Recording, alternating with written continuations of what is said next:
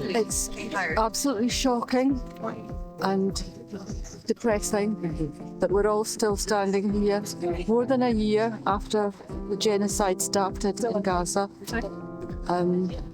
That I guess the one thing is this would be like, I wouldn't want it to be population of the world, the ordinary people, are horrified with what's going on, but the political classes are doing nothing to stop it because their interests are served by continuing the arms trade. We continue to sell arms to Israel and others arm the other side. So there is a deep flaw in how society works globally, and it's tragic.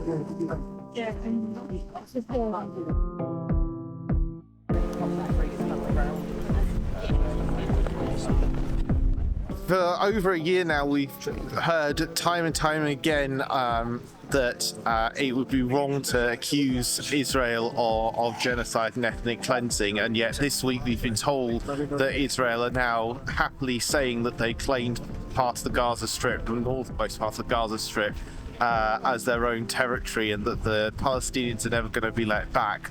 I think it's really stark how so many commentators in the media have kind of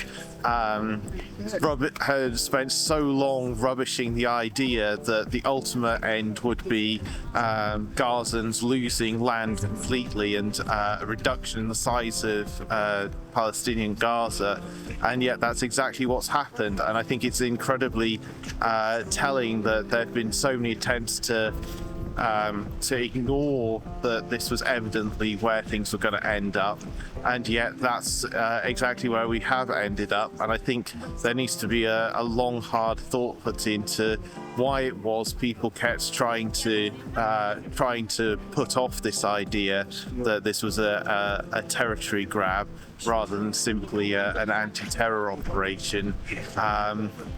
And I think, that just makes me more frustrated that we've not only had a land grab, but we've had one at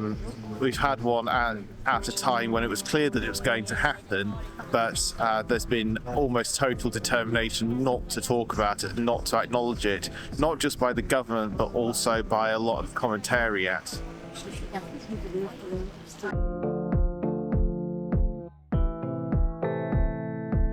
It's cold, it's wet, we're all wrapped up. But it's also getting cold and colder in Gaza and across Palestine.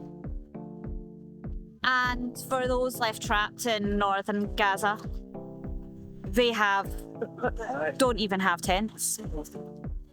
For those in other parts of Gaza, they are under thin canvas, when just over a year ago they were in warm homes that regulated the temperature, with cupboards full of clothing, with enough food to eat, where they were in relative safety, despite the ongoing decades of attacks and discrimination by Israel. But now their children are cold, the adults are cold, they are hungry, they are not getting enough aid. There are organisations working to do what they can, and that is a little. But with UNRWA being labelled by Israel and them not being recognised as an aid agency anymore, the support and the aid that is getting in for education, for food, for medicines, for all the basic things that UNRWA has supported in Palestine, it's just not happening.